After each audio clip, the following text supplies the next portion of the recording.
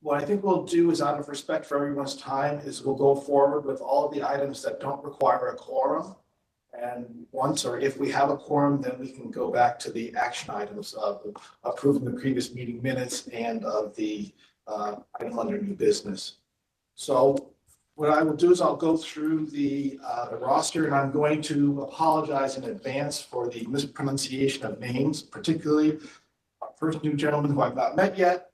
So Thomas Grabinski, am I close? Full time for the day, Duncan. Attaboy. Thank you. Sandhya Espita. Sandia, hi, good morning. Sandhya, thank you. Jerminder Basin. Shauna Menifee. Oh, are you on the, oh, sorry. Gregory Weston. Neil Garfinkel.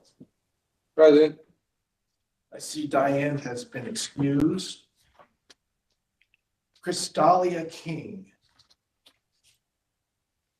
Caroline Burton. Present. Thank you. Trisha O'Connor. Natasha Alexander. Natisha, present. Oh, I'm sorry. All right, well, we do not yet have a quorum, but we'll go forward with the agenda as far as we can go. So we'll begin with the enforcement report. Jack Valillo. Yes, good morning. This is Jack Balello. So for the first part of my report, we want to report that the current number of open real estate cases in the department's enforcement unit is 479. The amount of open real estate cases at the time of our last meeting, which was February 5th, 25, was 628. Therefore, since the last board meeting, there's been about a 24% decrease in the amount of real estate cases assigned to department investigators. For the second part of my report, I'm reporting that during the period of February 5th, 24 to May 12th, 24, the department's enforcement unit closed 127 real estate cases. A year later, during the period of February 5th, 25 to May 12th, 25, the department's enforcement unit closed 302 real estate cases. That's about 138% increase in the amount of closed real estate cases. For the final part of my report, I'm reporting that subsequent to our last board meeting, there was a real estate licensee who was the subject of several consumer complaints. That licensee elected to surrender his license to the department, and such surrender is being treated by the department as a revocation. And that concludes my report for today. Thank you. All right, thank you, Jack. Does anyone have any questions for Jack? All right, seeing none, thank you, Jack. The processing report, Emily. Good morning. So included in the materials you were provided is a report of the number of current real estate licensees in April of 2024 and April 2025. The report groups these licensees into broker and branch offices and salesperson licenses, and then there are totals listed by county. The total number of licensees in 2025 is slightly lower than in 2024 at the same time, but the overall change is small, about 2.75%. And that concludes the processing report. Thank you, Emily. Does anyone have any questions for Emily? All right, seeing none, we'll have the examination report, please. Shannon McGuire. Good morning. The following statistics cover January through April 2025. Real estate salesperson exam was administered to 6,966 applicants with a pass rate of 51%.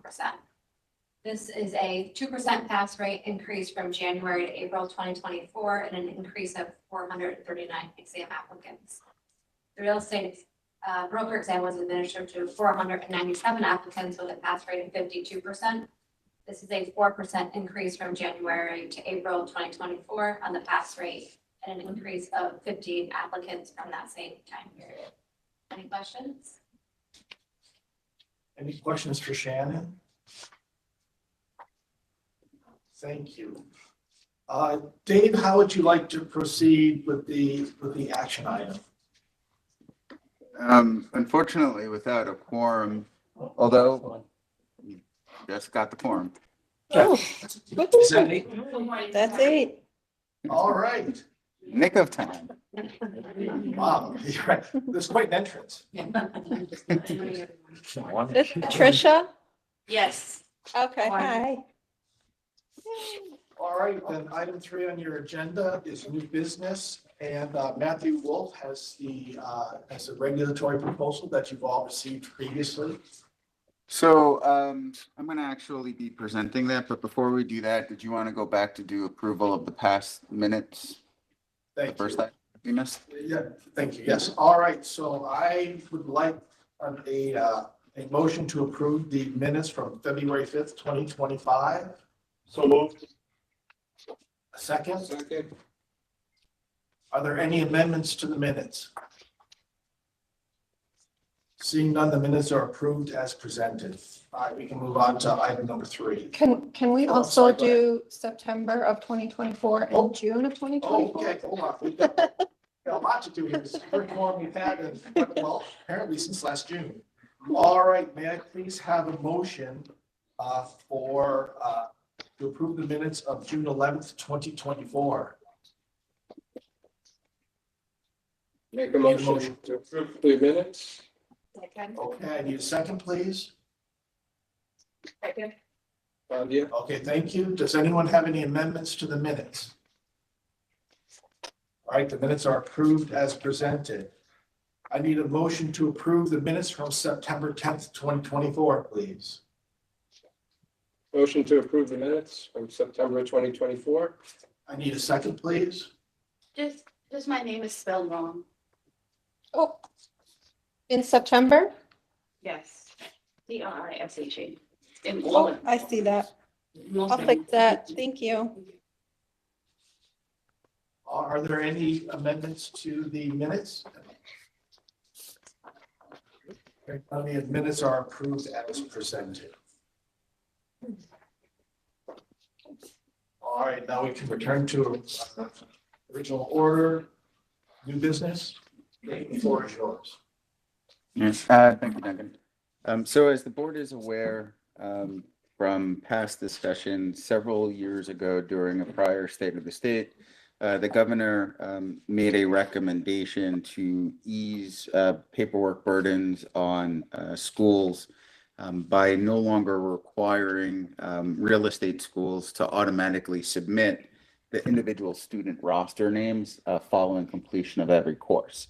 Unfortunately, due to quorum issues and scheduling issues, we weren't able to present the governor's State of the State proposal until now. So thank you, board members, for being here. So in the board packets, there is a proposed regulatory change to 5 different regulations that currently relate to real estate schools, both qualifying and continuing education. The purpose of the rulemaking, as I said, is simply to remove the mandate that each of the schools send the student lists. What is not changing is the current retention schedule of schools. So schools, based on the current retention policy, are still required to keep those student lists with the student names, the dates of the completion. All of those records are still subject to department inspection, have to be available to the department. However, simply they're just no longer being submitted to the Department of State. One thing that I wanted to address with the board and clarify is that as part of the 2022 legislative session, there was an amendment to RPL 441, which required the schools to still submit the faculty affirmation regarding course completion. Some of the schools are aware that after they provide the coursework, the faculty is still required to submit the affirmation electronically to the Department of State, attesting to the fact that the curriculum was taught basically correctly as approved by the department.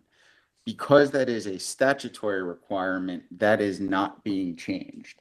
So in some of the proposals, it got a little bit awkward where that language is still there. That can't be repealed or amended regulatorily because that is a statutory rule. So in the rule packet materials, you'll see that requirement, for example, still exists in the proposed change to 176.20. We're still keeping the requirement that the approved entity submit the affirmed penalty under under the penalty of perjury. Again, we're just removing in each one of these sections the mandate that they submit within the 15 days the actual student list. So for the board, I just want to go through each one of the changes so that they're on the record, and then we'll ask the board if they agree so we can have a vote. So the first change is going to be to subdivision B of section 17620. Specifically, we're going to be deleting the portion of the sentence that says the student list shall be submitted to the department with 15 days of completion, and we're changing that to just being maintained by the approved entity. And again, confirming that the approved entity must still submit that affirmed statement under the penalty of perjury. Second change would be to repeal in its entirety subdivision B of section 176.25. That section currently says a list of names of students who successfully complete each course of study must be submitted to the department within 15 days. So that will be deleted or repealed. Third change is to subdivision A of section 177.4 concerning continuing education.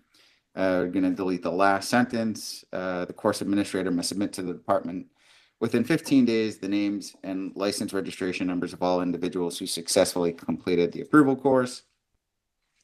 The fourth change is to amend subdivision B of 177.8, again concerning continuing education providers. We're adding in there that the person or organization conducting the course shall certify to the department upon demand. So that way it's no longer required that they submit it to it. It's not going to be on demand. And then we also made a pronoun change, changing his or hers to theirs. The last change is to repeal subdivision I of 177.22, again concerning continuing education providers. We are going to delete or repeal its in entirety, the requirement that the school or the person offering the program must submit to the Department of State within 15 days the names and license registration numbers of all individuals who successfully completed the approved course. Again, all other existing requirements for each of the providers remain, including the mandate under RPL 441 that they submit the affirmation under the penalty of perjury requiring course completion. So that is the proposal as part of the prior governor's state of the state. Don't know if any of the board members have any questions before we go to a vote, but that is the proposal. Well, why don't you solve the process? Could we get a motion to approve? There was actually a question first. I don't know if you want me to answer Typically, well, okay. that. So once, assuming the board votes to approve this, it goes through the traditional regulatory process. There's a bit of paperwork that Mr. Wolf will be taking care of. Once the paperwork is done, it gets submitted to what's called the state register. There's a 2-week lag period from when we submit it. And then following that 2-week lag period, then there's the public comment period. Following the public comment, which is 60 days, then the department would be able to move forward with the adoption. It's not like immediate, and it's going to take some time. The other thing actually is also that for the board vote, we would request that if the board agrees that the proposal should specifically be to propose the rulemaking and authorize the Department of State to take any and all necessary action to file a notice of adoption of the same, because we plan on proposing this by what's called a consensus rulemaking. We don't anticipate any person or entity is likely to object. And so assuming there's no public comment, if the board authorizes specifically at this time proposal and adoption, we can just file the paperwork necessary to implement the rule. Whereas if it's just proposed, we have to come back after the public comment just to make sure the board wants us now to adopt it. So we would ask that the proposal be specifically to authorize the Department of State to propose and adopt the attached rulemaking. All right, Sorry. I have a motion to approve as presented. So moved. Second, please. Second. Is there any comment? Questions? Seeing none, hearing none, all those in favor say aye. Aye. Those opposed say nay. Are there any abstentions? All right, the proposal is approved. Is there any other new business to come for the board? Hearing none, seeing none, the next meeting is September 23rd at 10 a.m. And now we can move to the public hearing section. I assume, Dave, you're taking care of that? No, that'll be Mr. Wolf. Yeah, I need a better scorecard. it's just me reading from something, but yeah, so pursuant to the real property law, section 442-I, subsection 6, the board shall meet no fewer than 3 times per year and at the call of the Secretary of State or a majority of the board. In addition to the regularly scheduled meetings of the board, there shall be at least one public hearing each year in the New York City, one public hearing each year in Buffalo, one public hearing each year in Albany. At least 15 days prior to the holding of any of these public hearings pursuant to this subdivision, the board shall give public notice of the hearing in a newspaper of general circulation in each area where the public meeting is to be held. The purpose of these meetings shall be to solicit from members of the public suggestions, comments, and observations about real estate practice in New York State. Is there any comments, suggestions from the public or observations? There's no one in Albany representing the public. No public members in New York City either. Nobody in Buffalo. There's being that there are no members of the public present to offer comments or suggestions or observations, and Actually, sorry. go ahead. Okay, I announced the meeting is closed. that's fine. I'm just gonna make a comment that on September 23rd, it looks like it's the Jewish holiday of Rosh Hashanah, so if we could reschedule the board meeting, we have plenty of time to do that, but I'd like to suggest we do that. I'll send out some dates to the board to see what would work best. Great, thank you. You're welcome. All right, there being no further business before the board, we are adjourned. Thank you. Thank you. Thank you. Yeah, sure.